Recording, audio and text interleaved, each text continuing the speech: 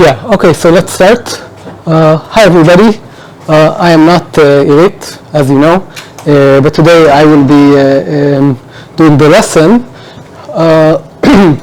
So our goal for today is to construct, honest to God, bounded degree families of high dimensional expanders according to the spectral definition that we saw at the beginning of this semester. So there are a couple of constructions out there. The construction today is due to Kaufman and Oppenheim. So it's like the most elementary construction that we have. It will still need some group theory, but I think that I'll say everything that, I'll define everything that we need as we go. So like the first couple of minutes in this talk will be like just definitions of groups and subgroups and so on. So if you already know these things, so you can like space out for I don't know how long. Yeah, so maybe before I start, I think that today the exercise is due.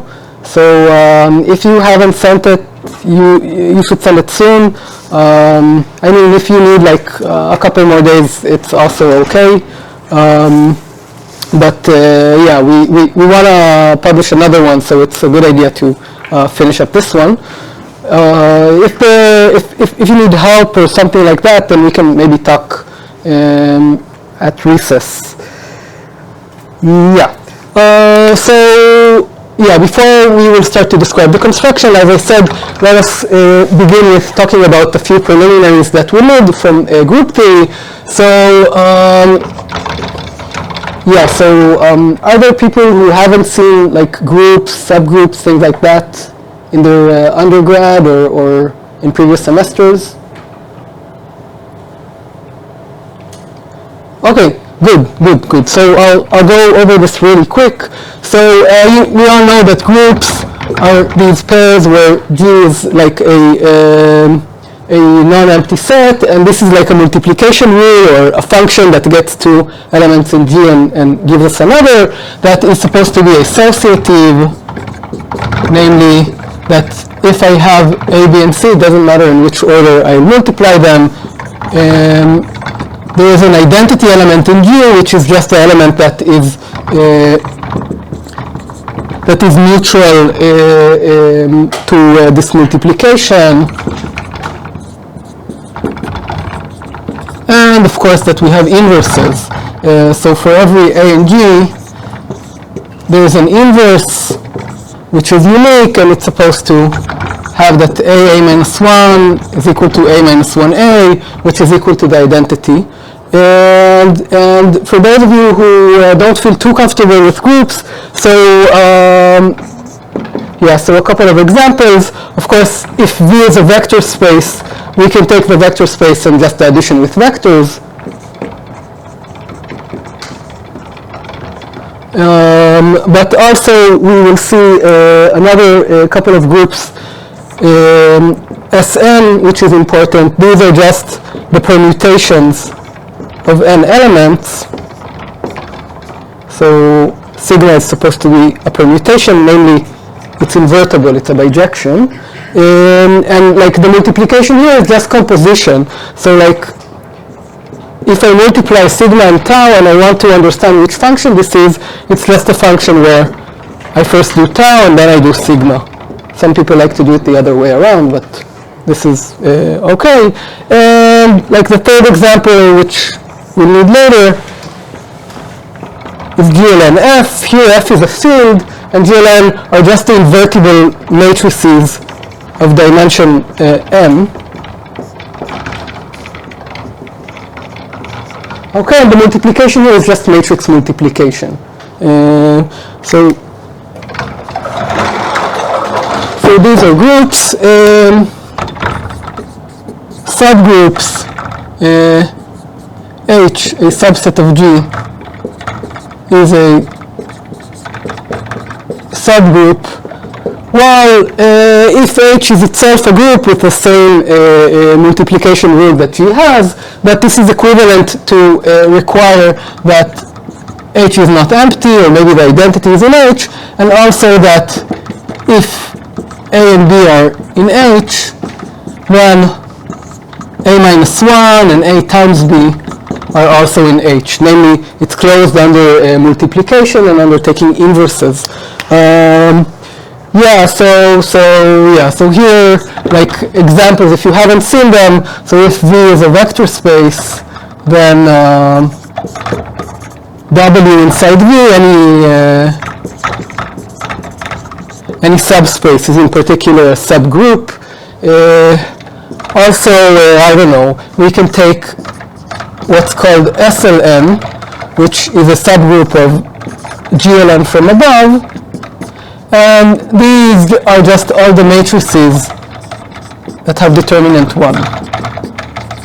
Right, so invertible matrices, at least in a field, have determinant, are the ones that have determinant different from 0, but having determinant 1 is closed under taking inverses and multiplication, so this is also a subgroup.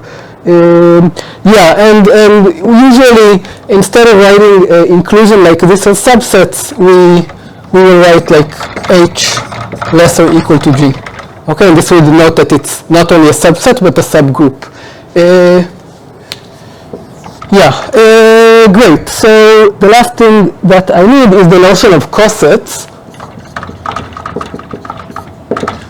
Okay, so suppose we have a group G in subgroup H, and suppose we have an element G in G.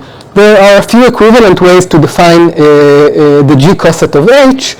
So the G coset, denoted like this, well, one way to define it is that it is the set of all G times H for little h in big H.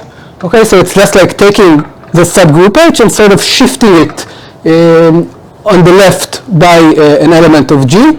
Okay, there is also like there is also a notion of the coset from the other side. Okay, so but we'll only do this left ones.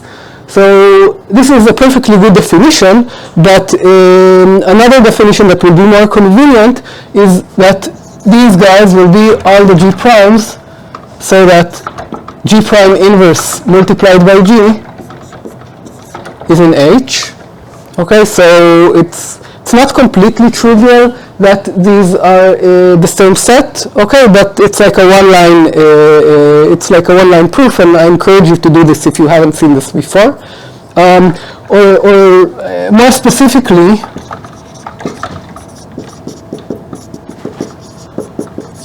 okay, we can define an equivalence relation using H.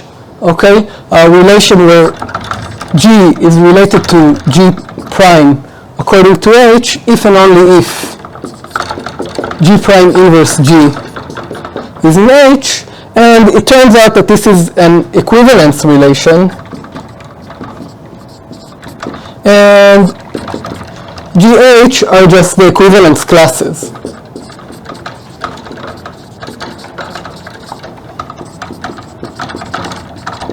So in particular, sort of, if this is all G, and here you have your subgroup H, then G is partitioned by G1H, G2H, G3H, and so on. And of course, this is just one representative in this whole class, right? I can take G3 and G3 prime if they have, if this relation holds, and then they will belong here. Okay, so like an example for these things is, I don't know, suppose like we have this vector space V, and we have a subspace which is also a subgroup W. So what is like, I don't know, VW, or if we're using plus instead of multiplication, we maybe should write V plus W. Well, you know, by definition, or by one of these definitions, it's just all the V plus W for little w in W. And if W is a subspace, this is also a subspace, but it's an affine subspace, right? So I don't know, if this is V and this is W, if I'm looking at like these cosets, then like, I don't know, if this is V0, then this line will be v0 plus w, right? It might not pass through 0, but it's still a line. So this is like taking this subgroup and shifting it. Of course, like general groups look different than vector spaces, but it's still like a good example to keep in mind. Yeah, so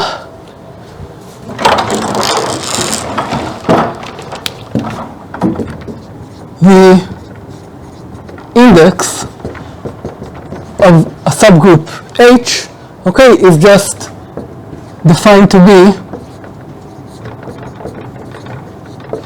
the number of cosets. Okay, and at least when, so it can be infinity, right?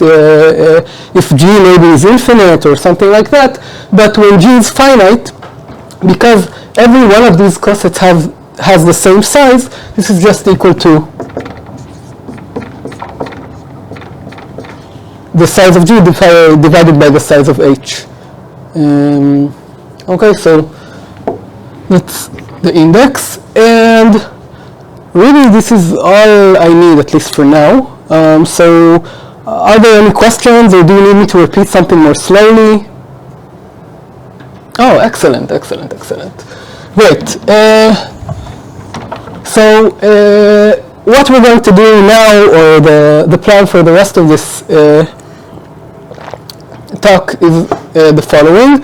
We will first define some abstract simplicial complex. Okay, it will be like a family of simplicial complex where you sort of plug in a group and some subgroups, and you get a complex. We will see some examples which will not be very good high-dimensional expanders, and then we will sort of like investigate properties of these complexes and try to sort of translate properties from the group to understand properties of the complex. And so that will be like, I don't know, a nice abstract exercise. And after that, we will actually analyze, at least to some extent, the complexes that Kaufman and Oppenheim offered. And we will show with a bit of hand-waving that these complexes will actually be bounded degree high-dimensional expanders. Okay, so yeah, so now we're going to talk about the coset complexes. So I'm going to define them like for general dimension, but we will very soon go to like dimension 2, so there will be only triangles. I think that coset complexes, I'm not sure who invented them, but it wasn't Kaufman and Oppenheim. They sort of had the insight that these two could be used to for constructing high-dimensional expanders, but I think these were investigated like much before. But let's go straight to the definition. So let G be a group, and suppose we have B different subgroups, okay, K1 up to KD. So the coset complex X, which of course depends on G and the subgroups that we give, its vertices, okay, are just going to be the cosets of each of these subgroups. Okay, so let's call them GKI for G and G. Okay, so in general this will be a d-partite complex, and X D minus 1, its top level faces, okay, are going to be all the sets G1 K1, G2 K2, up to GD KD, so that the intersection is not empty.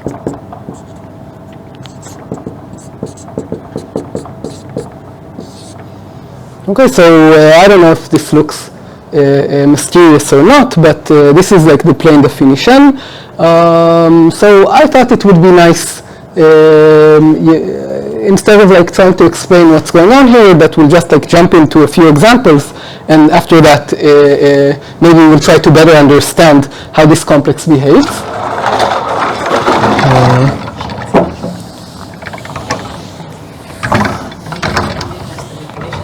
Yeah. vertices are they're all the elements of the... No, they're all the cosets themselves. So like if, and this will be our next example, if like G is like a vector space and K1 is like, I don't know, a line in that vector space, then like we'll have a vertex for each like affine line, okay? And like technically I maybe didn't write here, but let's think of these to be distinct subgroups, so we won't have this problem, okay? Yeah. Great, so let's start with an example. So let's take G to be fq to the third, where q is some prime power, a three-dimensional space, and let's take kx to be all the vectors which have in the x-coordinate 0, and ky and kz analogously.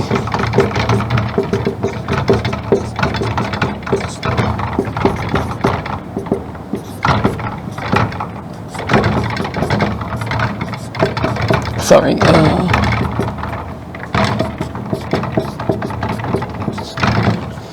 Okay, so we're looking at fq to the third. I don't know, you can think about q as 2 or 3, but we can take this example to be a whole family. And now we're looking at 3 planes, okay? Each one zeroes out a different coordinate. So yeah, let's start by understanding how x0 looks like. So what are the cosets of kx? Or in other words, right, we're trying to understand like the equivalence relation that we talked before. When does like v1, v2, when are they equivalent according to kx? So in the same x coordinate. Yeah, exactly. So I'll maybe do this like slowly, right? We're asking when does v2 inverse v1 belong to kx, but in additive notation, not with the multiplication, this is like minus v2 plus v1 or v1 minus v2. So obviously v1 minus v2 is in kx if and only if like the x coordinate of v1 is equal to the x coordinate of v2, right? So like the cosets of kx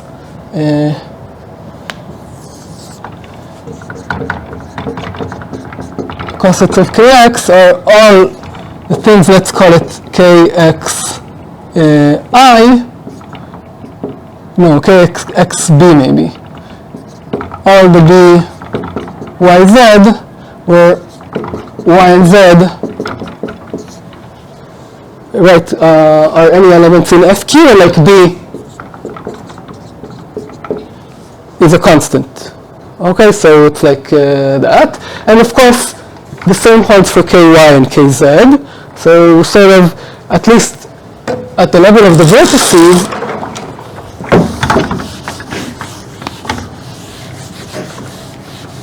right, so we'll have here, like, let's say that q is a prime, so things will be ordered, but it doesn't really matter. So we'll have like kx0, kx1, up to kxq, right? And on the other side, we'll have ky0 up to kyq, and kz equals 0 and up to kzq. Q minus 1, thank you. Of course. Yeah, and now we're trying to understand when do we have a triangle, right? So I don't know. So does kx1, ky0, and kz0, is this triangle participating in x? Well, yes, right. Why? Who is in the intersection of these three? Yeah, right, 1, 0, 0, right? It's each of these will sort of determine a different coordinate And this is kind of general, right? I mean, this will tell us what the first coordinate should be in the intersection, this will tell us what the third one should be in the intersection, and this will tell us what the second one should be in the intersection. So, yeah, so like, so x0 is like, right, it has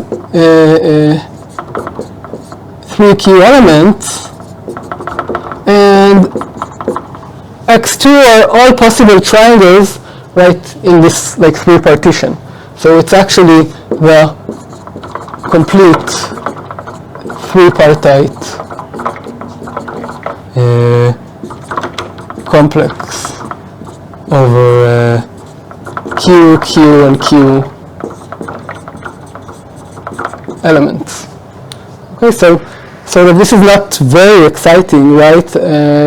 I mean, this is technically speaking a high-dimensional expander, right? If I like, if I look in the links, they look like complete bipartite graphs. But of course, this is not down the degree, or at least if I'm trying to take Q to infinity, then things are just going to grow and grow. But at least, I don't know, we have like a nice example. Let's do another one, which is a bit less trivial, at least I think so.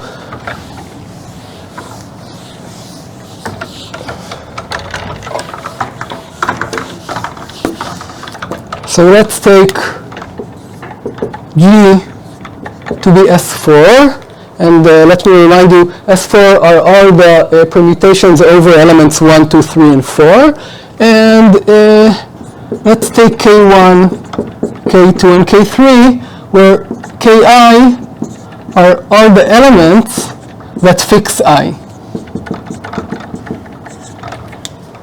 So it's not too hard to verify that this is a subgroup, right? Because if I compose 2 things that fix I, then of course it will still fix I, and the same goes for inverses.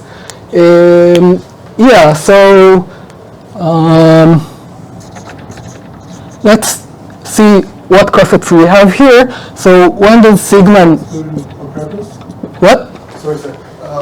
Did you exclude K4 on purpose?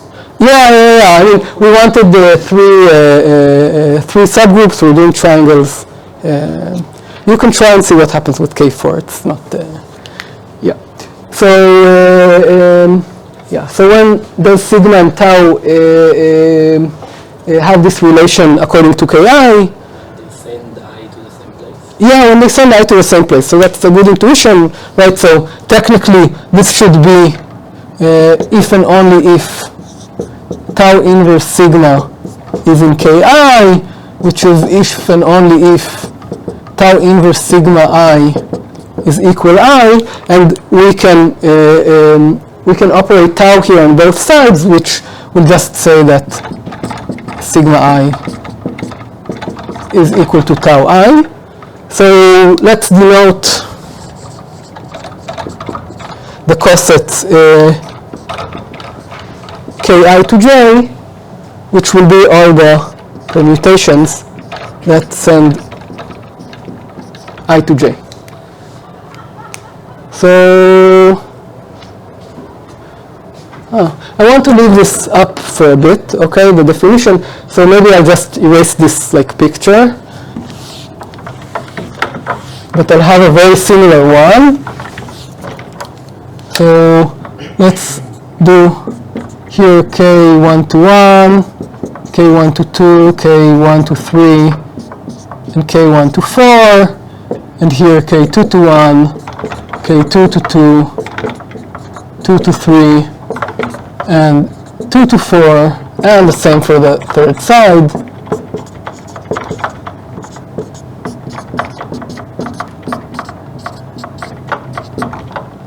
Yeah, and now, okay, so now we have x0 here written out, but now we need to decide which edges and triangles are legal.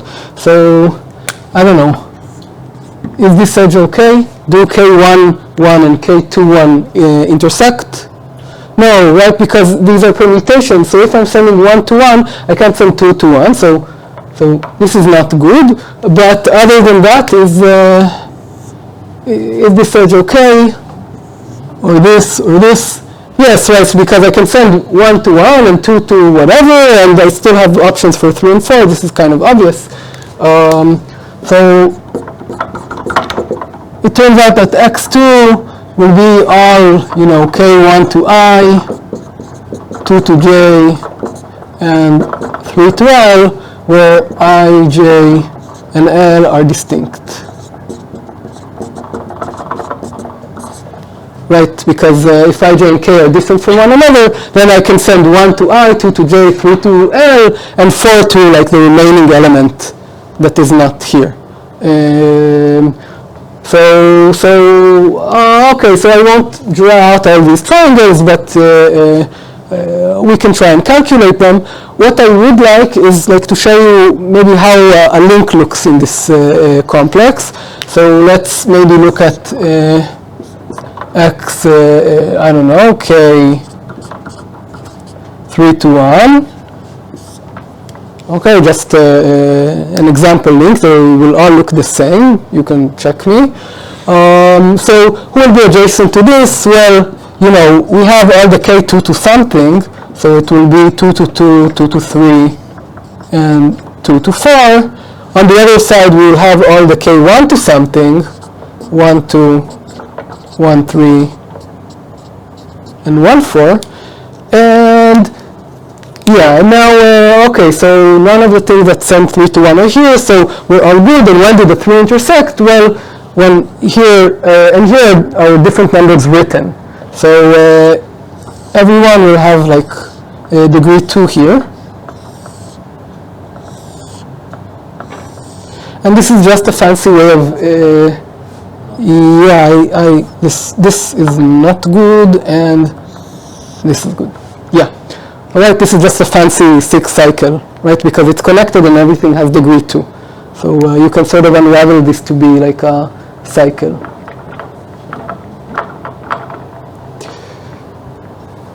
Okay, so nobody's interrupting me with questions. So I guess everything is super clear, right? Great. So these were 2 examples just so we will get a hands-on feeling of what this complex looks like. And now the next thing I would like to do is to sort of give some observations and to translate properties of this complex to properties of the groups behind it and vice versa. But let's start with a very simple claim. Okay, so now we have G and K1, K2, and K3 to be any group and subgroups, and X will always be the simplicial, the coset complex that it has. So first claim, we can also write X2 to be all the GK1, GK2, GK3. Okay, so this is very natural, but it will become useful, right? Because now K2 up to here we always said, okay, they can be different elements, but they have to have an empty intersection. But here's a more elegant way of defining X2, and of course this will also work for Xk for any K. Yeah, this. So maybe I should ask you, why is this true?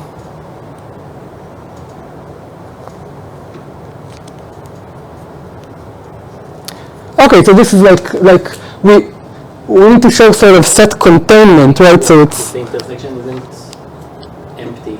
Yeah. Take someone in the intersection, and it's equivalent under each. Exactly, it's a representative of every one here. So okay, so let me maybe spell this out.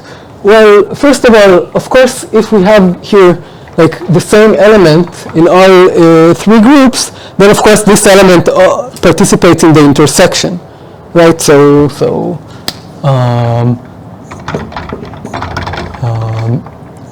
G is always inside GK1, GK2, GK3, so the intersection isn't empty, and of course this means that GK1, GK2, and GK3 are in X2, but on the other way around, if as you said, if we have this G1, K1, G2, K2, and G3, K3, and X2, then this means that the intersection is not empty, so we can take some G in the intersection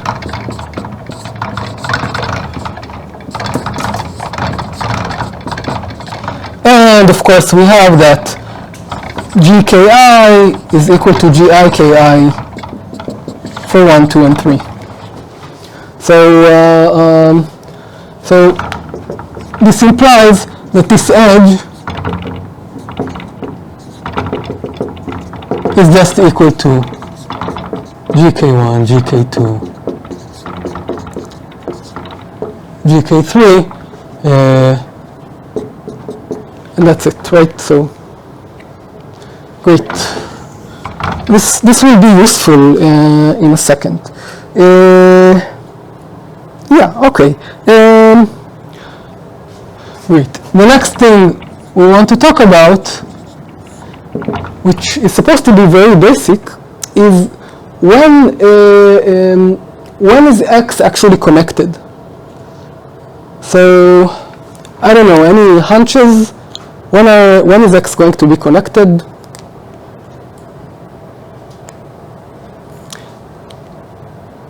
Okay, that's okay. I had no clue myself. You know what? I'm sorry for doing this late, but let's maybe number these things, and I will put the same numbers in the notes, so it will be like easier to follow. So it turns out that there is a very simple property that will promise us connectivity of this coset complex if and only if what's called G is generated by our three subgroups. And for those of you who don't know what does it mean that G is generated by the three subgroups, this just means that for every element in G, there exists some G1 up to Gm, so that their multiplication is equal G, and every Gi is like in this union, is in one of the groups. Okay, so in other words, X is connected if and only if I can recover every element in G by sort of using my alphabet here. Okay, by taking like words or multiplications of elements from here, here, and here. Okay, so I won't erase this. So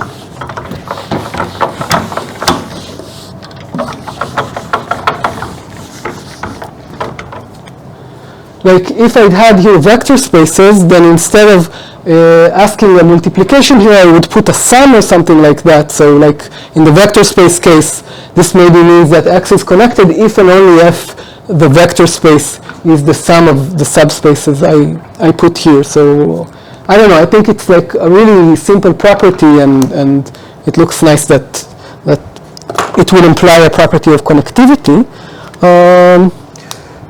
Yeah, so before we prove this lemma, let's maybe do a claim that will help us, okay, which will say when things are connected, or it will give a criterion for things to be connected here, and it's just that Gi, Ki is connected to GJ, KJ, if and only if there exists little ki in big Ki and little kj in big kj,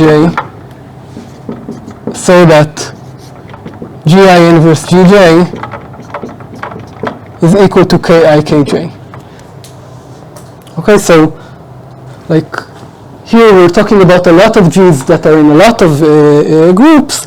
Here we will relate this to saying that we're connecting an edge if and only if, okay, Gi inverse Gj is equal to something from the ith group times something from the jth group. Okay, so yeah, and this is really like more of an observation than an actual claim, because the proofs here are like one-liners. They're not, they don't have very deep ideas, yet if we're not used to these things, then I don't know, they can be like kind of tricky. So yeah, so let's start by assuming that Gi is connected to Gj, Kj. So then there exists some x, right, which is in the intersection. So how can we use this x? So let's see. We want to like prove that this thing is equal to something from Ki times something from Kj. So like how can I use sort of x to do that? It can be written in terms of the Gi coset of Ki and in terms of the Gj coset of Kj. Sort of like a small Ki and a small Kj and just get equal. Well, I'm not sure what. Because x is in Gi Ki, Yeah. there is some small Ki such that x is equal to Gi Ki. Yeah. And same for So you're saying x is equal to Gi small ki, and it's also equal to Gj small kj.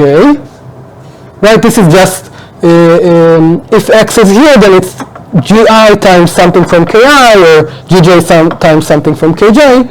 And right, that's exactly it, right? I mean, now I can multiply on the left by Gi inverse, and multiply on the right by Kj inverse, and I will get like Gi inverse Gj is equal to Ki Kj inverse, but this is of course in Ki and this is of course in Kj. Right, but yeah, but on the other hand, I can just like read this proof from bottom up, right, and get the other side, right? Because if I can write Gi inverse Gj as these two elements, then by going up, this implies that Gi times this element in Ki will be equal to Gj times this element in Kj, and this element, which we could denote by x, will be something that's in this intersection that will be non-empty.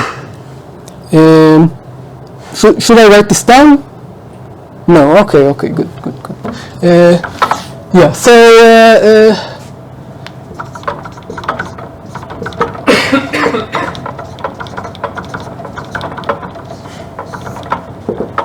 so now let's try and prove lemma number 2. Okay, so we want to show that x is connected, and what we know is sort of that for every element G, we can sort of write it as a multiplication of things in each of their groups. So yeah, any ideas? Any ideas how can we connect? I don't know. Let's start with K1, and I don't know. Let's go to GK2. Can use claim 3 and pick a dick. Yeah. So how do we use claim 3?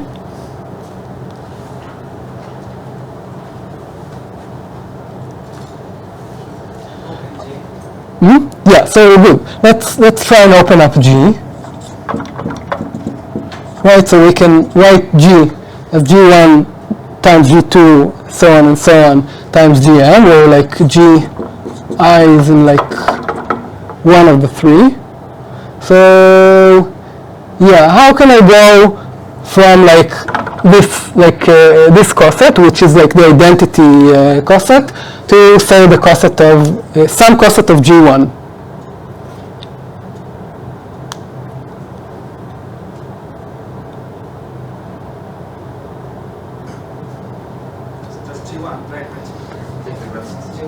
Right, so like I can go from K1 to maybe G1, KJ1. Right, why can I go? Because, well, why can I go? Because J1 is in KJ1. Yeah, right, because here this is like the identity times K1, and here is like G1, KJ1, so we know that like identity inverse G1 is in like, I can write it as like the identity which is in K1, and of course G1 which is in KJ1. Okay, what should be my next step?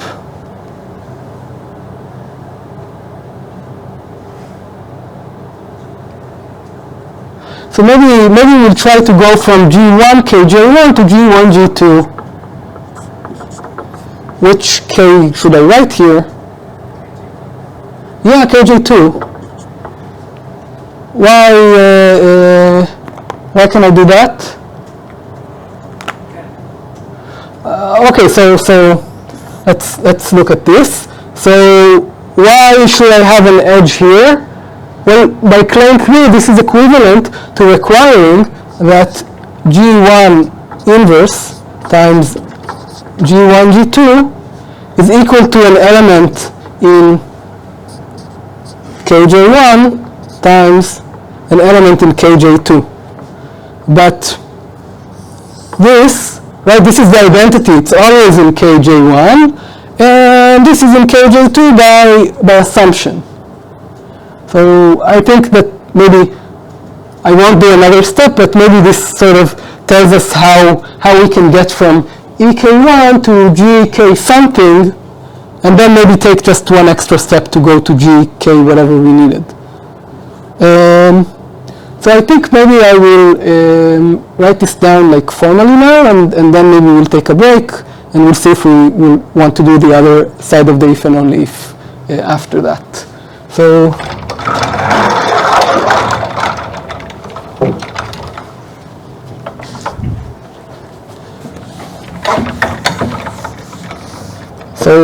yeah, so this is enough to show that for every G and G, there exists some I such that there is a path, bless you, from K1 to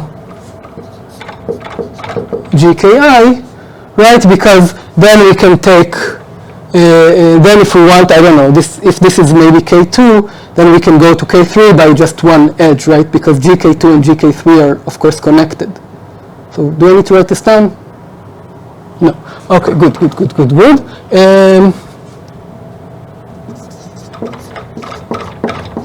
By assumption, G is equal to G1 up to Gm, where Gi is in some subgroup. So we should write a path which will be K1, G1, KJ1, G1, G2, KJ2 up to G1 up to Gm, which is G times K Jm. This will be our I.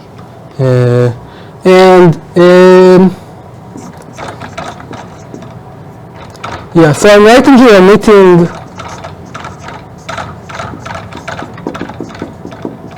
repetitions. Okay, so of course there's like a technical thing here where maybe this is in K1, this is K1, and maybe this is also G1 K1, right? And maybe not G1. Maybe this is like K1 and this is like the same coset. So like this could happen, but if it is, then we'll just write it down once instead of putting an edge here. Okay. Yeah, maybe I would also want to require that I don't repeat here two elements from the same coset or something to like, so there won't be trivialities, but basically this is the thing, and indeed, for every, I don't know, L, G1 to GL KJL is adjacent to G1 to GL plus 1 KJL plus 1, since G1 to GL inverse times G1 to GL plus 1 is equal to GL plus 1, which is like the identity times GL plus 1, which is equal to something from KJL and something from KJL plus 1, and claim 3. So this is one side. Of course, we need to go the other way around to show the if and only if, where if this complex is connected, then we can write every G like this, and I think maybe like other side exercise. So it won't be important for us. We'll always take these K1, K2, and K3 so that they will generate G, and then it will promise us that X is connected. The converse is also true, but maybe we won't show it here. It's really just like doing the steps backwards. Yeah, so maybe we'll take like a 15-minute break. Great.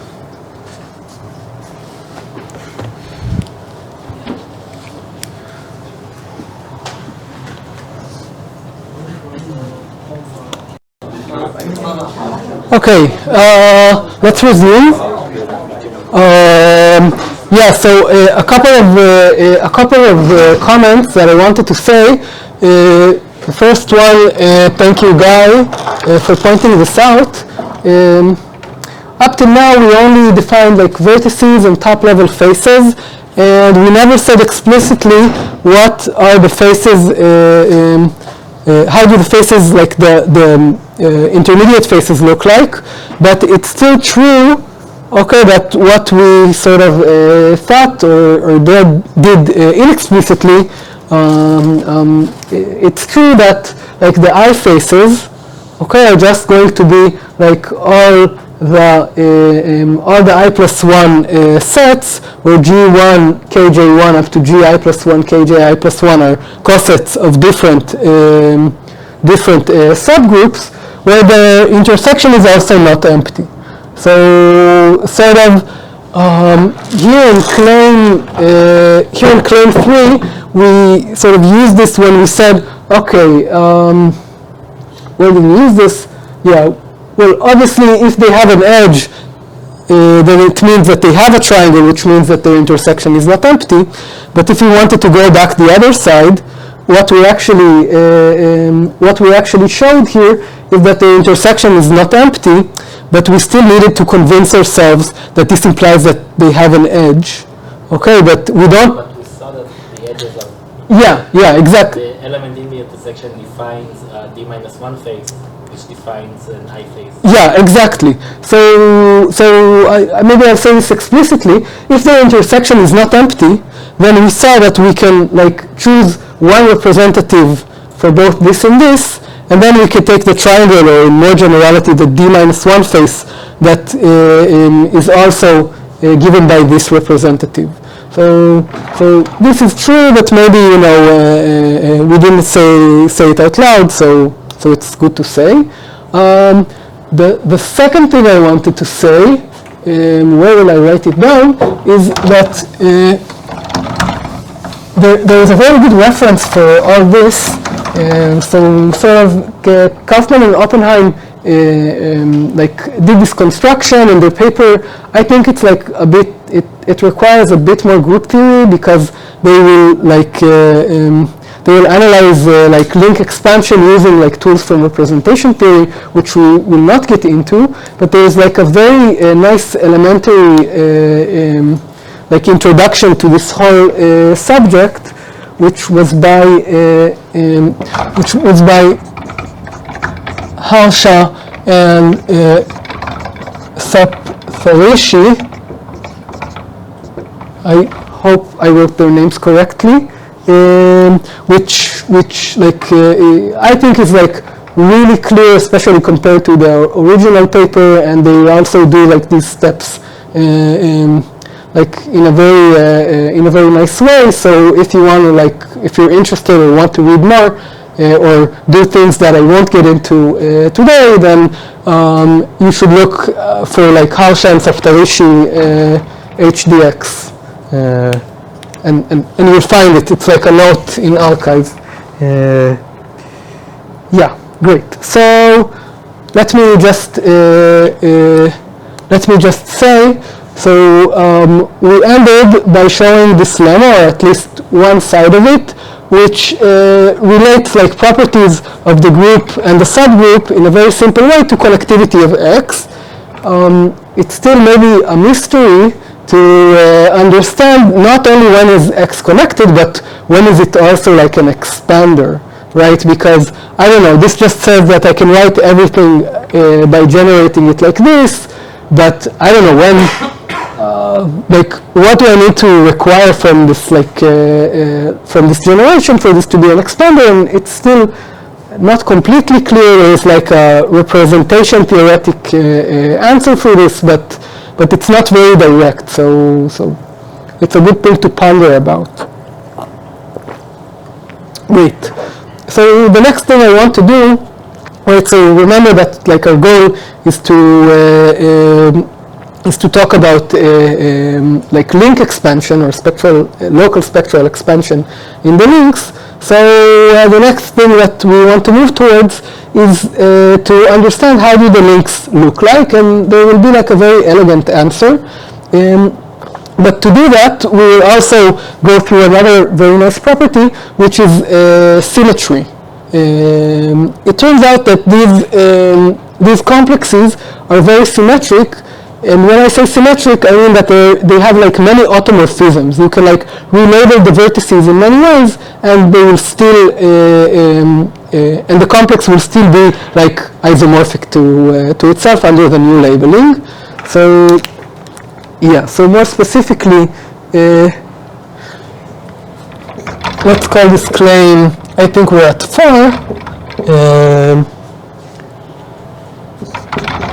For every G in G and I, there is a simplicial automorphism that sends, say, Ki to GKI. Let's not leave this a mystery. What is this automorphism? Well, Psi will get some Psi will get some coset, and it will send it to GH times the same coset. But maybe let's, have you talked about what are simplicial automorphisms? Or what are, okay, so what are, say, graph automorphisms?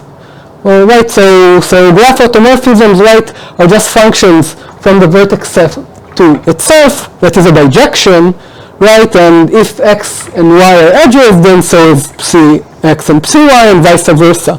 If psi x and psi y are edges, then the same for x and y. and a simplicial automorphism is the same thing. So what this means is that psi is a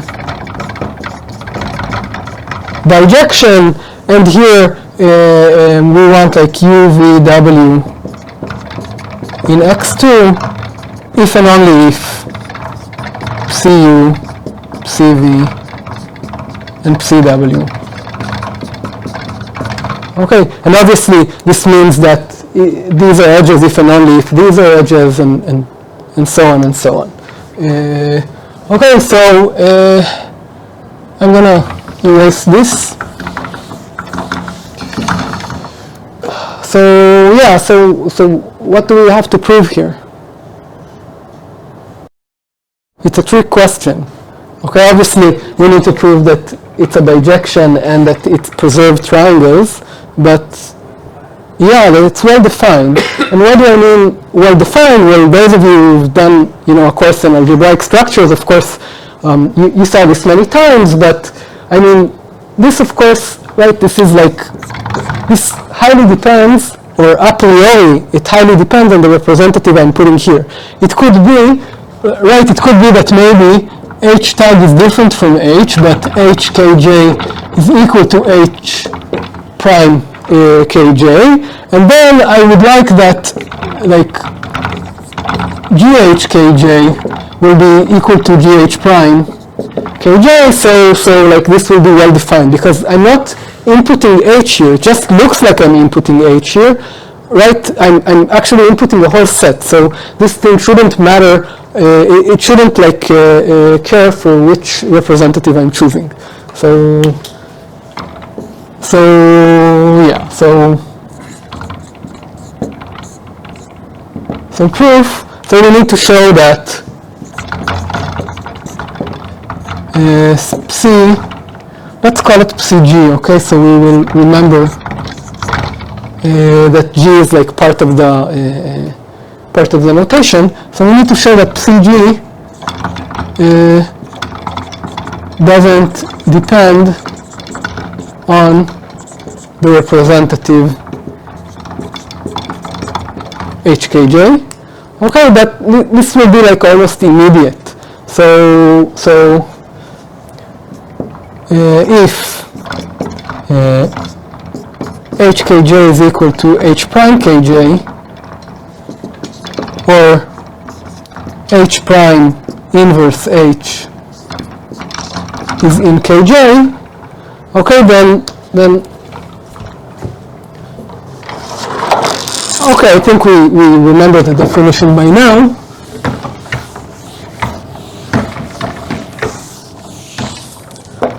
Then what? Then, yeah, so H prime inverse G inverse G H, right? This is just H prime inverse H, because this is like just the identity, right? It's also in KJ, but this is just GH prime inverse. So GH prime is equivalent to GH. Okay, so psi g is well defined. Great. Why is psi g a bijection? What is its inverse? Yeah, exactly.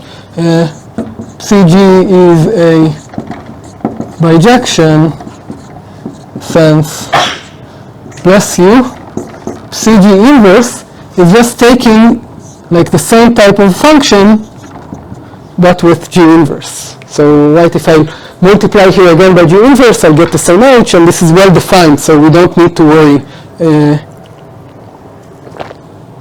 if we decide to take specifically G times H and not anything else. Yeah, now since like Psi G inverse is just like Psi of G inverse, instead of showing here the if and only if, it's just okay to show just one direction, but the other direction also like sort of comes for free. So, right, so, but this is quite easy no matter how we see it, because if we take, I don't know, HK1, HK2, HK3 in X2, then their Psi, let's call this like T, Pt is just like GHK1, GHK2, and GHK3, where again I can use this representative because it doesn't matter, and this is also in X2. Okay, so there's no, right, it's not hard, it's just like to observe that this is true. Great. So why am I telling you all this? First of all, I mean, besides that this is a high-dimensional expander, I think it's very interesting that these complexes are very symmetric in this way. People often use symmetries in many areas in mathematics, so it's not just something that's very random.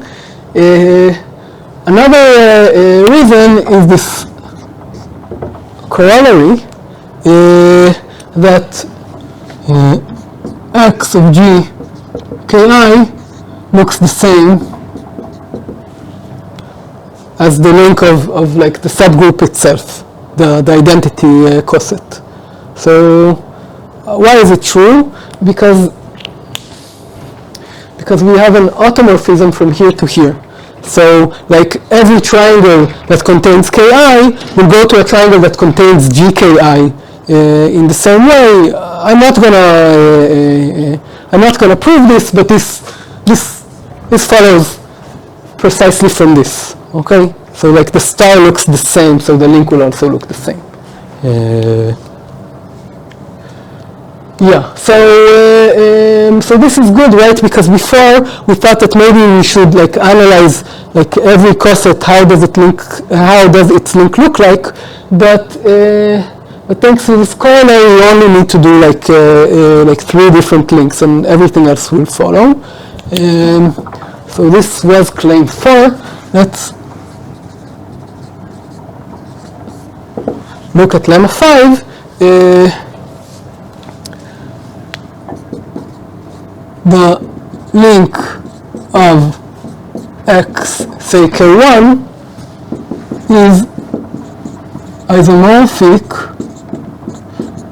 to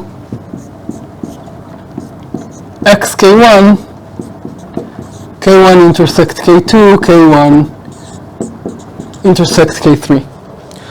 Let's call this guy y. Let's maybe parse this. Okay, so we have the link of xk1, which we know what a link of something looks like, and it turns out that this link, up to a change of labeling, is the same as taking the coset graph, where our new g prime will be the old k1, and our 2 subgroups will be sort of, let's call them h2, which is k1 intersect k2, and h3, which is like k1 intersect k3. So like this is great news, I think, because this will say that to analyze simplicial complexes that look like coset complexes, it's enough to know how to analyze like these graphs. At least if we want to use, say, I don't know, the trickle-down theorem, where we will get like expansion almost for free if we analyze the expansion of the graphs in like the codimension 2 links. So specifically what lemma 5 says is that we should really know how to analyze these graphs. Okay, so let's prove lemma 5. It will be like really similar to the proof of claim 4.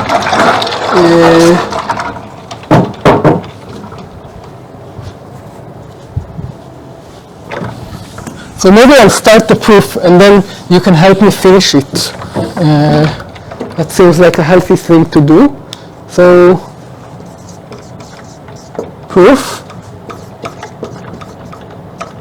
observe that the vertices in xk1 are equal to gk2 and gk3 for all the g's which are actually in k1. Right, why is this true? Well, look, if I have a vertex in xk1, 0, right, this exactly corresponds to an edge k1 intersect gk2, right? So in particular, this means that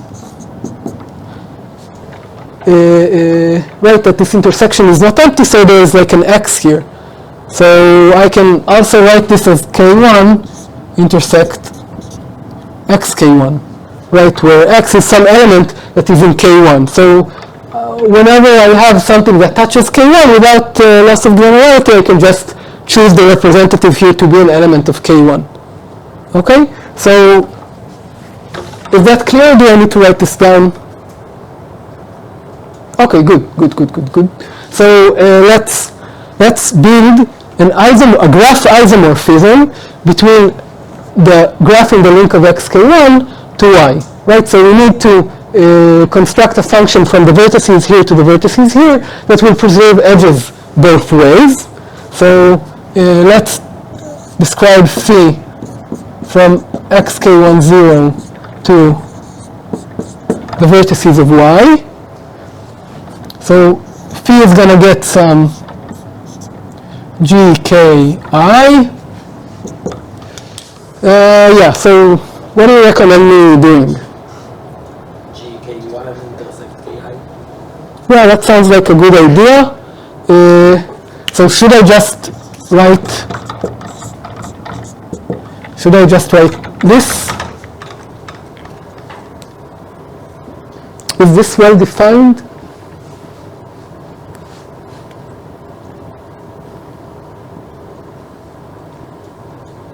If you assume that you picked G from K1. Yeah, you read the paper, right? No. Yeah, so let me write here for G that is in K1. So we can always have something because these are all the vertices. I can always choose a representative from K1. So what I'm saying is let's define phi by taking this coset, but now I'm not choosing just any representative. I'm choosing somebody from K1 here, and I'm sending this coset to that somebody that times K1 intersect Ki. So yeah, like this sounds reasonable, right? I mean, what else am I going to do? But now I need to show, right, that this is well defined and that it has an inverse and that it takes edges to edges. Yeah, so let's do that. Yeah, so we need to show that this phi is well defined. So, okay, so we will use strongly the fact that G is already in K1 because this won't be well defined if I just take anybody in GK2. Okay, it's yeah. So yeah, we need to show that it's well defined, and indeed, if G1 and G2 are in K1 and G1 Ki is equal to G2 Ki, right, then we need to show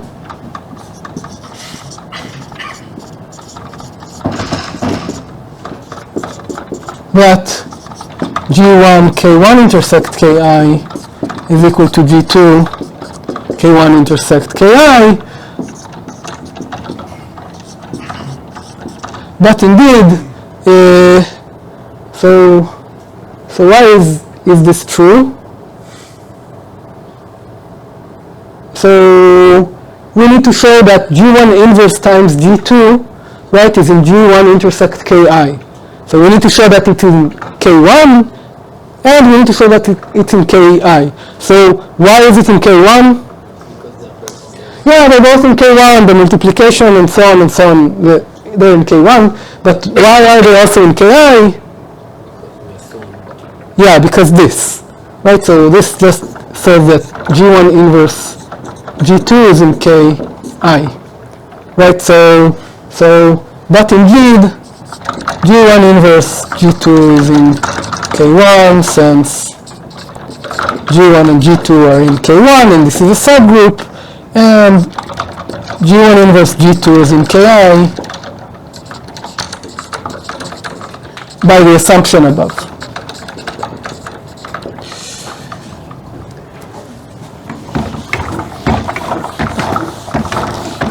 Okay, so phi is well defined. Great. Also, I didn't say this explicitly, but obviously, right, if this is not only well defined, this actually goes into Y0, right, because this is a coset of K1 times Ki, and this is like an element of Ky, which is like the ambient group here. Okay, what about being a bijection? So can anybody guess what the inverse should be?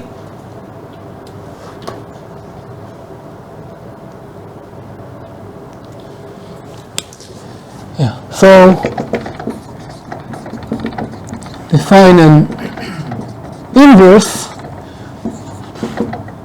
So what does phi inverse get? It's supposed to get like a coset of this form, right? G K1 intersect Ki, and what should we return?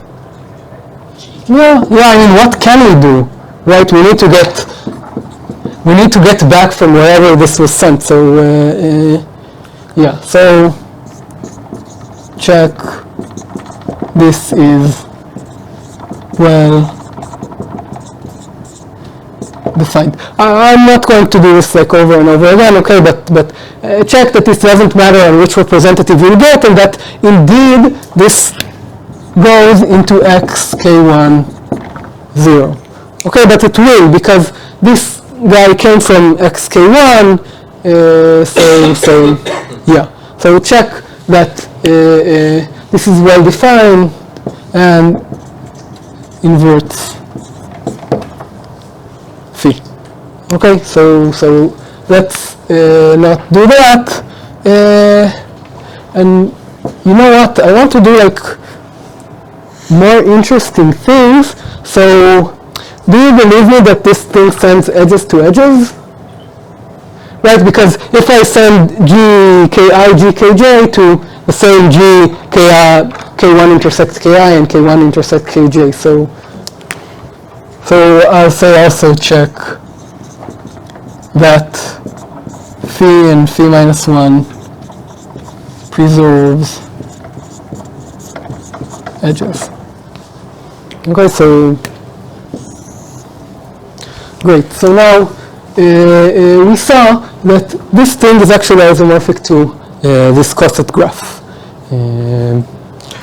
Great. So now we have like all our technical means, and like the only thing that's left is to actually, instantiate this to do something. So up till now, I mean, we saw these two examples in the last hour, right? One came from like these, from these vector spaces, and we saw that it gives a complete graph. And I won't prove this, but if you take a billion groups, namely groups where the operation is commutative, and your complex will be connected, and also maybe locally connected, then like the links will always look like these complete bipartite graphs. Okay, it's like an exercise to do this, but it's not a very hard one. So sort of like taking a billion groups, or taking groups that sort of commutate with each other is a bad idea. Okay, it won't give us something that is bounded degree. So sort of we need to look for groups that are non-abelian, and yet we will still get like good connectivity. So I'm going now to actually like write down the groups, and then we will analyze them. But I think that like one of my failures at preparing this lesson is to try maybe to convey who thought about these things and why. Okay, because I think that they will look like very ad hoc, and like when Kaufman and Oppenheim presented the construction, they used these groups because they knew sort of the nice representation theoretic properties, so they like knew what to look for when they try to instantiate these groups. But when we try to do this like in an elementary way and actually understand how the graph looks like, so it kind of looks like a miracle that we will get like good graphs. But we'll do our best. So maybe I'll go here.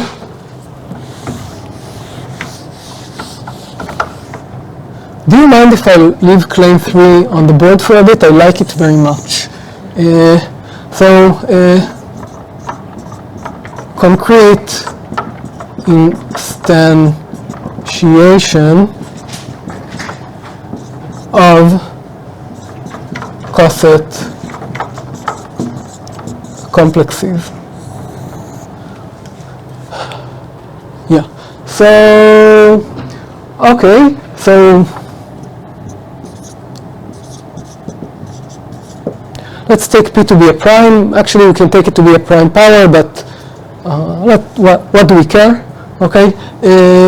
And let M be some integer, say greater than 3, and we can define R. So this will be our ring for those who know what rings are, but if not, this is just all the,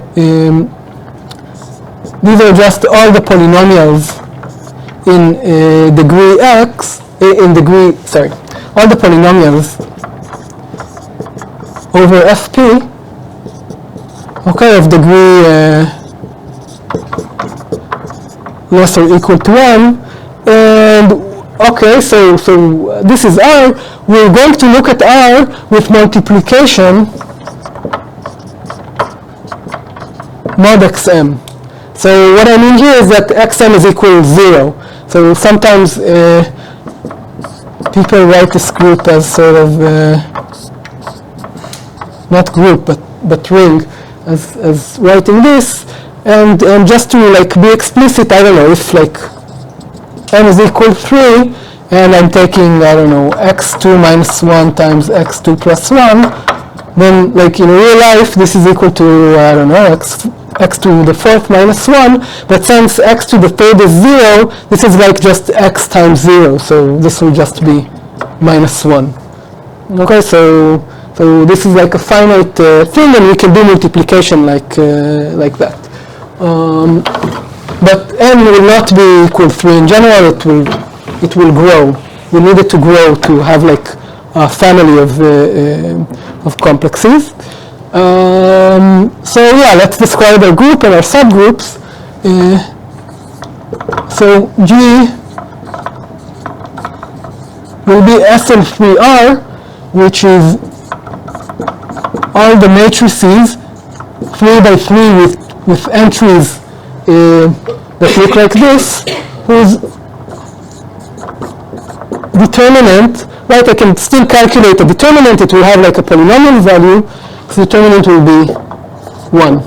So, right, I mean, already it's a mystery why this thing is a group, right? I mean, does this mean that A is invertible or not? I don't know, but actually, like, if you think about it for a second and like recall what we did like once upon a time in like undergraduate algebra, then you can see that everything that we did in fields, actually, we can like, with the appropriate notions, we can also do here with matrices. So like, in particular, right, the inverse of a matrix, it was like 1 over the determinant times like the adjoint of the matrix or something like that.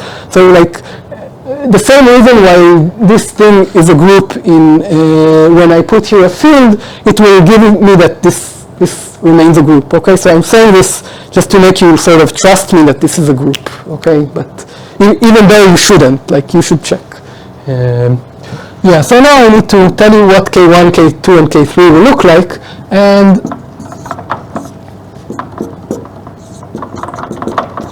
here's K1, and K2 and K3 will be very similar. So K1 will be upper triangular matrices where L1 is linear, okay, of degree at most 1, and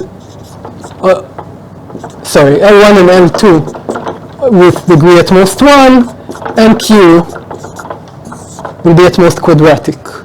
Okay, so and we have a bit more freedom here. K2 and K3 will look just the same, only entries in different places, which I don't remember. So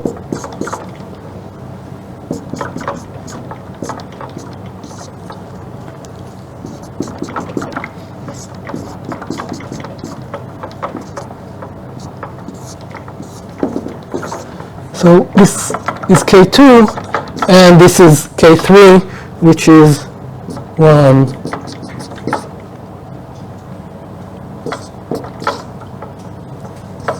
You didn't specify M, right? What? You didn't specify M. Yeah, and we'll take M to be growing. Okay, M will be some integer greater than 3. So I wanted L3 to be here. We'll see why soon.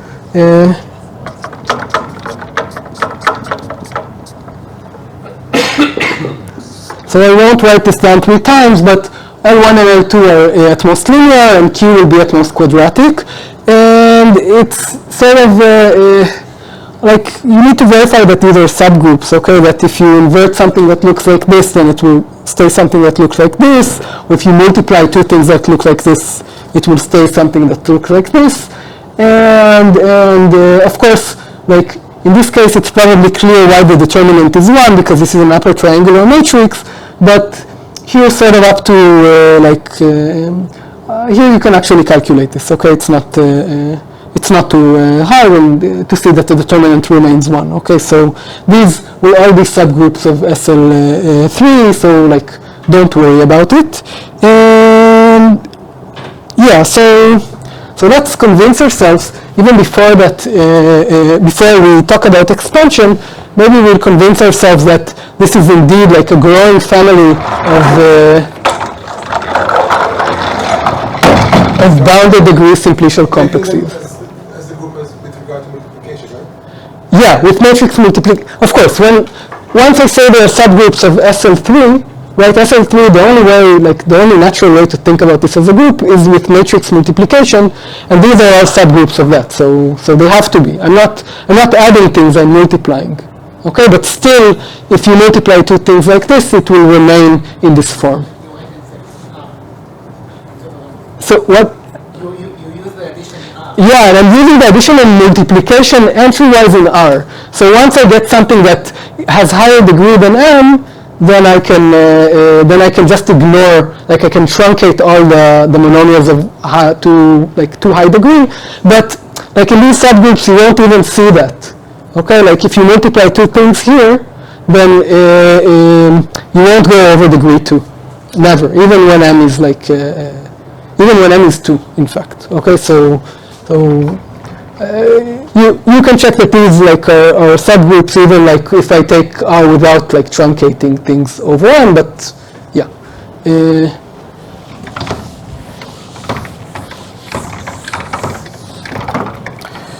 Yeah, great. So here's a fact that I'm not going to prove. Okay, G is indeed generated by these 3 groups. Okay, so like this group may be small by itself, but in fact, if I take any 2 groups here, I will be able to generate all SL3. It's not super hard to show this, but it's a bit technical, and like I decided maybe I'll skip it because it's not that interesting. But like if you're curious and you want to understand this, then like come to me at the break or come to me at the end of the lesson, and maybe like I'll point out like things that you need to show this. It's not. It's elementary, but tedious. Yeah. So this means that our X will be connected. Okay. So now that you believe in me about this, we have a family of connected simplicial complexes. Also.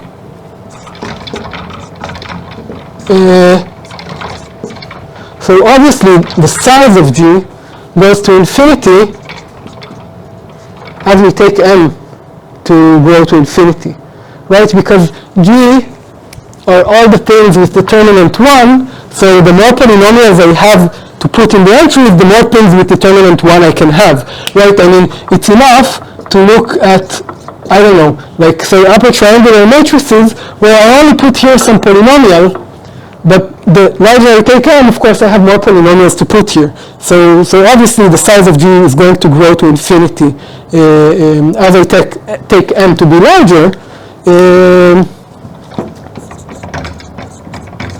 However, what is the size of every Ki? Yeah, it's fixed, but let's actually say it explicitly. I mean, how many degrees of freedom do I have here? Right, I have like p squared degrees of freedom to choose this linear polynomial, another p squared here, and another p to the third here. Right, because here I need to choose 3 coefficients, and here 2. So this will always be fixed. Of course, fixed is enough, but p to the 7th is okay. So, the size of x0 is just going to be the number of cosets. So, like if the subgroup is of fixed size and G is growing, so the number of cosets is also going to grow. So this is just going to be like I goes from 1 to 3, G modulo Ki, which is just size of G times 3 divided by p to the 7th. So like by taking m's large enough, this goes to infinity. So by taking m to infinity, we have a growing family of simplicial complexes. Are they bounded degree?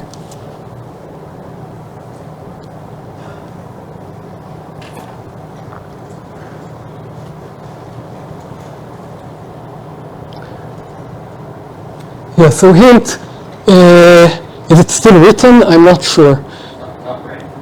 Top right. Yeah, it's the proof, right? But I wanted the top right you said. Right, so this is embarrassing because now it will be recorded that I don't know left from right. Yeah, so the lemma is still on the board, okay? So no matter what like the ambient space G was, okay, still when we look at the link, it will still be isomorphic to this. So, right, no matter if G looked like SL3R where M was very, very large, still once I restrict myself to a link, these groups will look the same under every M because I won't see large degrees when I multiply elements in here. Okay, so the links will always look the same. So I maybe haven't convinced you that this thing is like the links are even expanded or even connected, but at least I know that the links look the same, so there is a band on their size, which we will calculate in a minute. So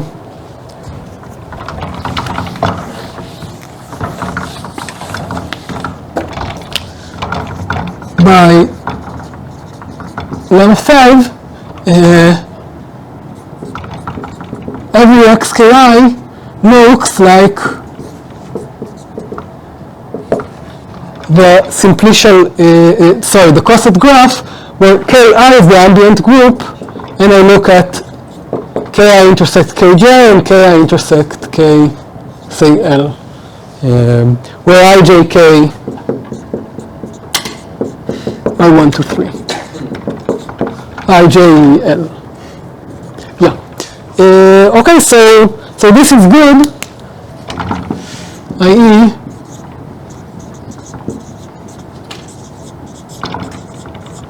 bounded degree, right? So it's at most, I don't know, 2 times p to the 7th, right? Because even if these are trivial and they're not, it's bounded.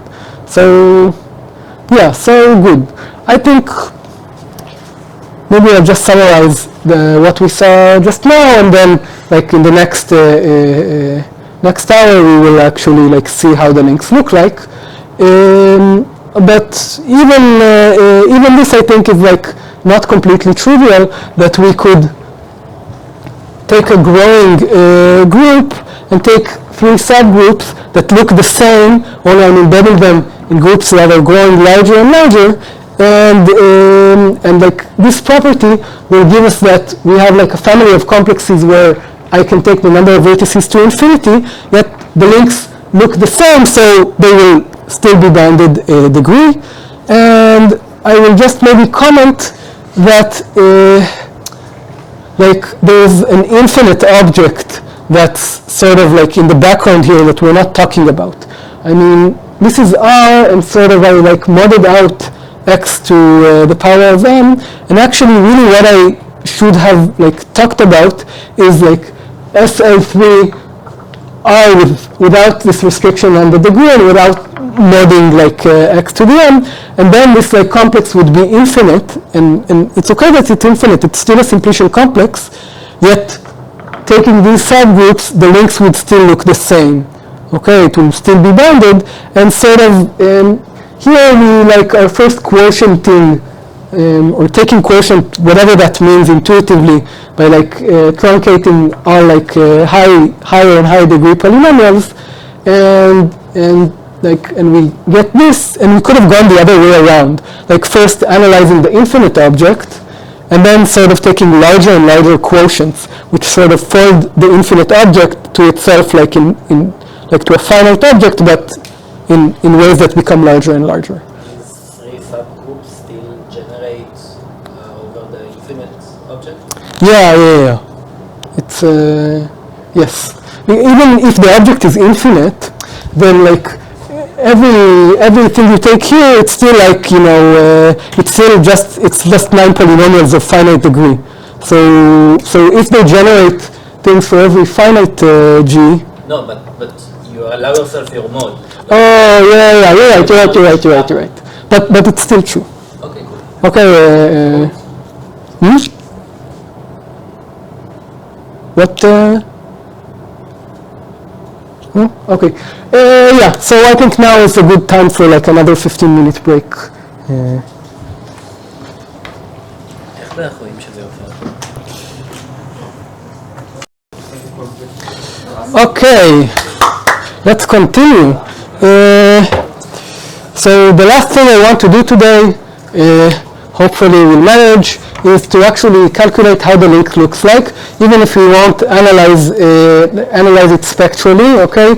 So if you want, you can go to the note by Harsha and Saptarishi, which they actually do like the spectral analysis. It's not that hard, it's about like, I think 1 page long, and it's also like really nice.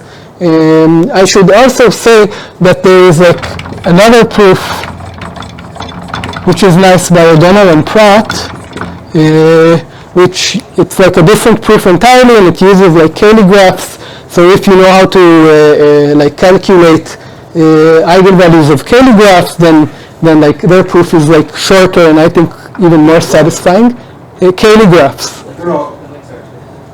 Oh, yeah, thank you. So So yeah, so there's a couple of proofs, and of course there's the proof in the original paper by Kaufman and Oppenheim. So those of you who like already know some representation theory, I think it's also very nice because it will also like maybe give an intuition of why choosing these groups, because like sort of these groups have like sort of a representation expansion with respect to one another in some sense that I'm not defining. So like there are 3 excellent proofs out there, and I encourage you to read them all. Today we will only like see how the link graph actually looks like. So yeah, great. So let's do that. So how does xk1 look like? Or in other words, let's define h2 to be k1, k2, and h3 to be k1, k3, and by lemma number 5, we are interested in the graph, let's call it y, which is k1 and h2, h3. Okay, this coset graph. So this is great, right? Because now all our elements look like this. We can like ignore that we had this large M or something like that, and we're looking at h1 and h2, and everything will be like finite and like bounded and everything.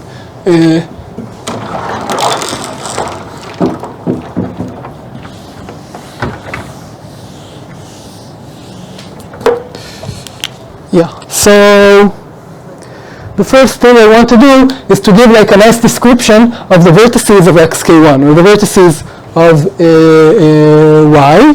Okay, so what we're going to do is we're going to show that there are like canonical traces for representatives for cosets of h2 and h3. So first of all, notice that h2, well, you know, it's just intersection. We don't have any multiplication or something. It just looks like this. And same goes for h3, right? I'm taking the right intersection, I hope. Yeah.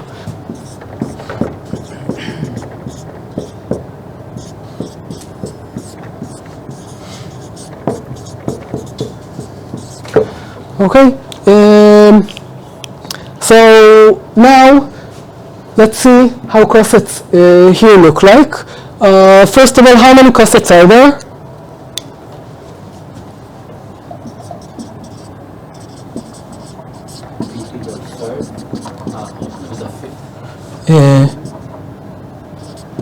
Yeah, so I think it's p to the 5th. Let's look at it. Okay, so how many cosets are there? It's the size of k1 divided by the size of h2.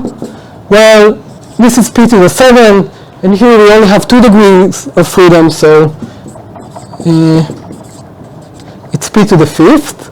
So let's try and find p to the 5th unique cosets. So claim, let's call it M2 LQ be the matrices 1 LQ 0 1 0 0 0 1, which are of course in K1. Okay, so and we claim that M2 LQ have the same coset as MQ L prime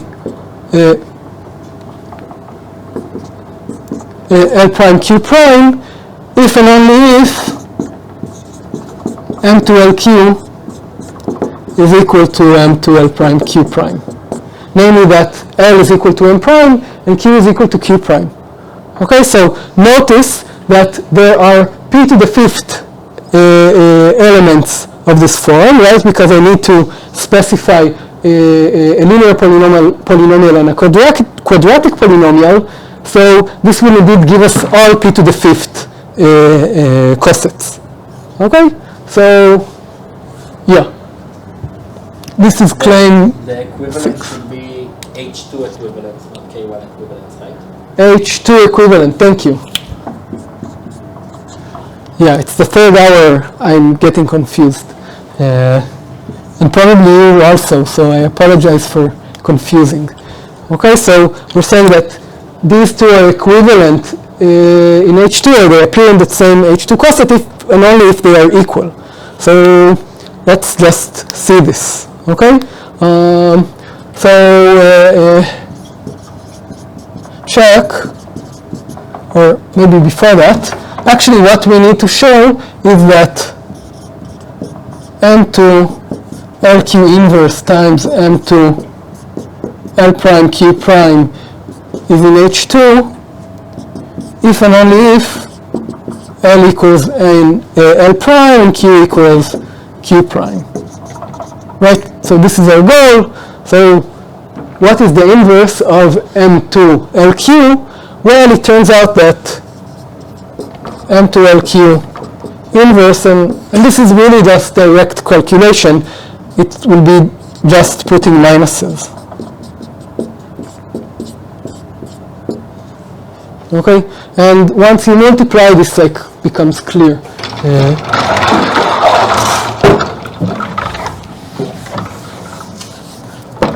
Yeah, so this M2 LQ inverse M2 LQ, it's just equal to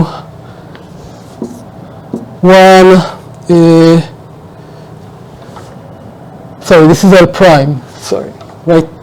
1, L prime minus L, Q prime minus Q, 0, 1, 0, 1, 0, 0, 0, 1. And of course, for this to be in H2, we need this to be 0 and this to be 0. Right? So this is in H2 if and only if L prime is equal to L and Q prime is equal to Q. Okay, so this really is just multiply things out and verify that this is correct. So as we said earlier, as there are p to the fifth elements of the form M2LQ and p to the fifth cosets, every coset has a unique representative of the form M2LQ. Okay, so in other words, the H2 side of our bipartite graph will just be like pairs of a linear function and a quadratic function. Okay? Okay, so same for H3 and 3LQ.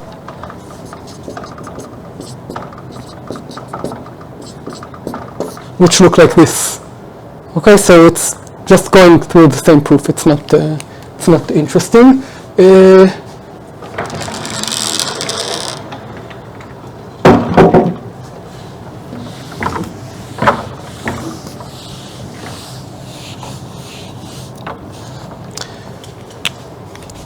Great. Yeah. So we have this graph now, right? So here we have all these L1 Q1 up to, I don't know, LP to the fifth, QP to the fifth. This is the H2 side, and this is the H3 side.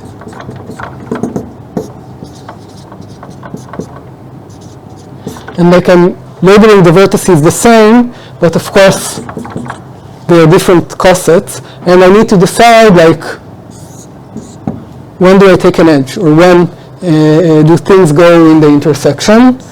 So I don't know, you tell me, what should I do?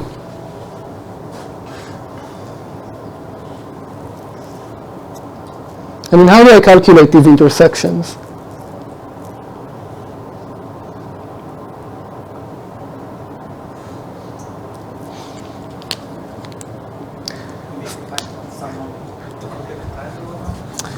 Well, that could be possible, but we have something simpler. I mean, we're looking at the coset graph of this y, and the claim that we proved before still holds for this coset graph y. Okay, and let me remind what claim 3 said.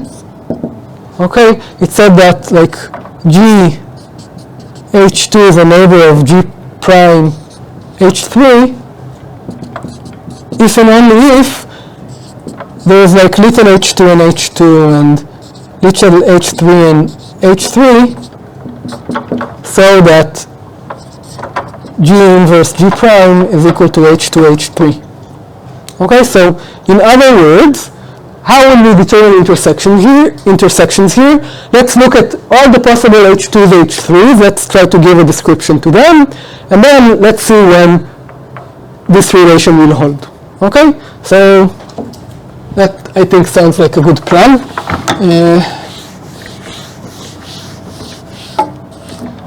Yeah, so to find edges, let's find how does H2, H3 look like, which is all the H2 times H3 for H2 and H2, and H3 and H3. So right, if this were, I don't know, vector spaces, this would be just like the sum of the two spaces. But here, this is different because we can only take like one element in H2 on the left and one element in H3 on the right, and yeah. So how does an element in H2 look like? Well, it looks like this.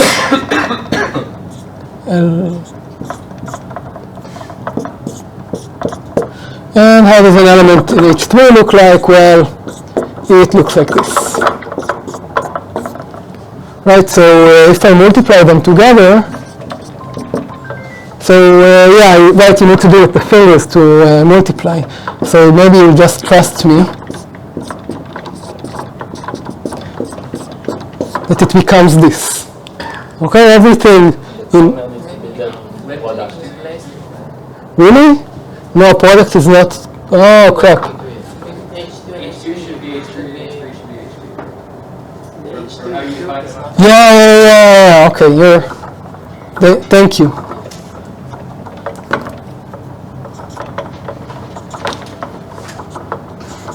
Thank you, now it should be good.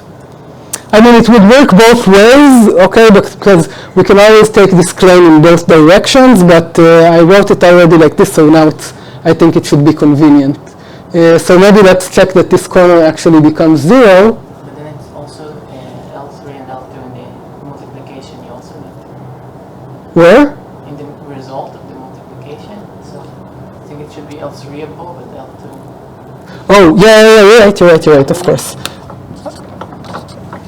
Thank you. Sure. Why can't you just H2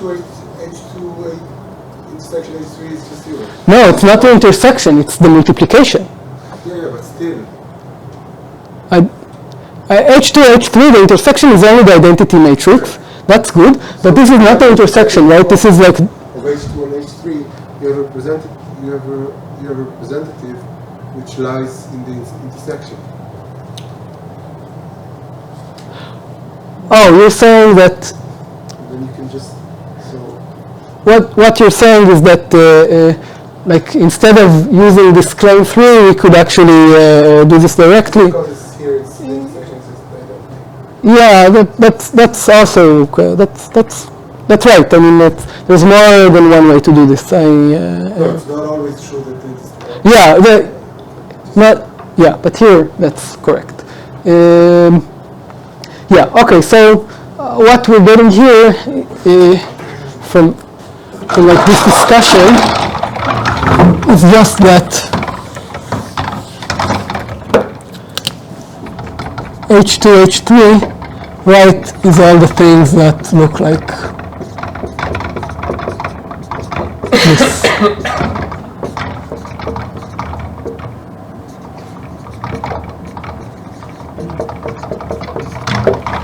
Good. And now all we need to see is when, so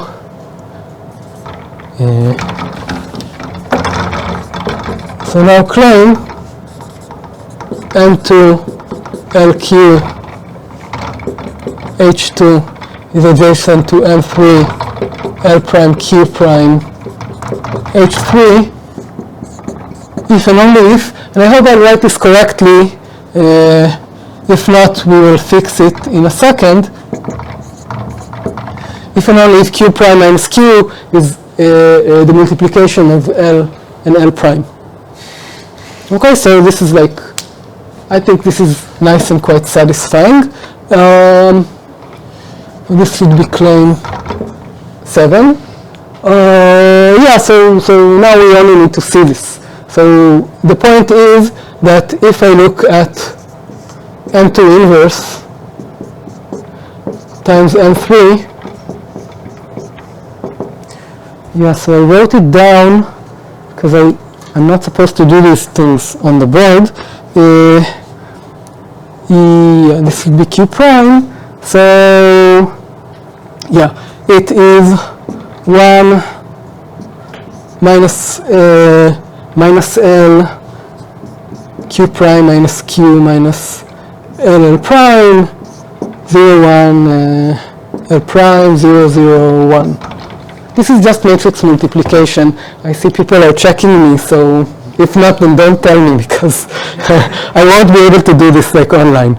Okay, so obviously this is in H2 H3 if and only if Q prime minus Q minus LL prime is equal to 0.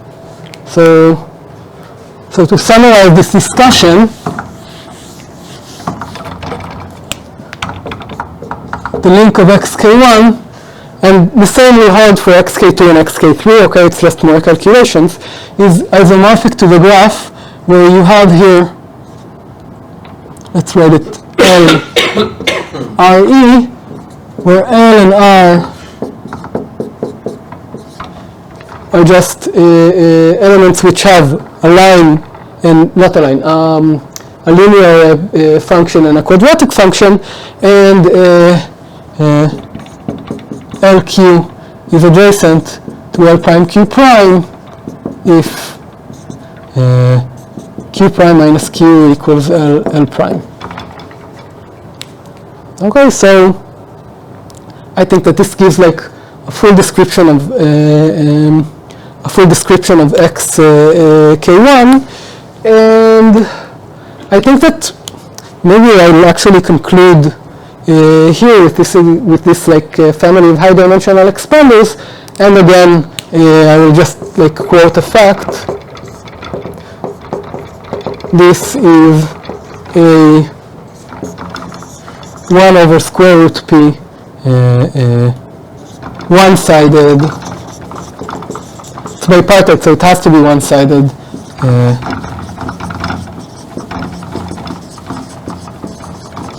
Spectral expander. Okay, I don't think I want to do an involved proof like in the last 20 minutes of the talk. But as I said before, you can see the proofs in whatever references I said.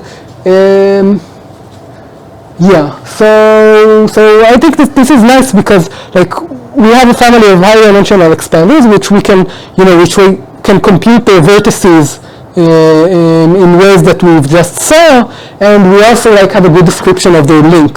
Okay, so like we can actually work like with these things or find out like more properties that they have.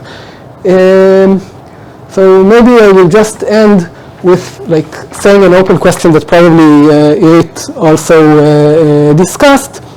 This is like the most simple construction of high-dimensional expanders, and like maybe it will show you like the other one by Lubotsky, Samuels, and Vishne, which is like even more involved with this, and like the way it is currently presented, it needs like even more group theoretic tools.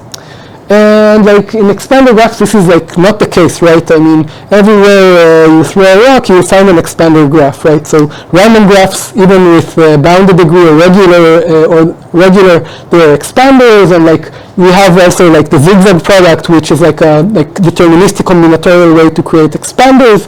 And like, I don't know, covers of expander graphs usually come out to be expanders, and you know, like, we really have a lot of ways of creating expander graphs, whereas high-dimensional expanders, there's like this, there's like the LSV complexes, and there's like maybe one more construction out there, which really achieves like not optimal, but like spectral expansion that will like go to zero, that it will be arbitrarily good. And I think it's like a really hard but interesting challenge to find out if we can actually find like a natural, like deterministic way to construct high-dimensional expanders where you can really forget about groups entirely, okay, and just analyze or just construct it and analyze it as, you know, just as a like a graph or a simplicial complex or something like that. Yeah. So I guess we'll finish here. So thank you for coming and listening.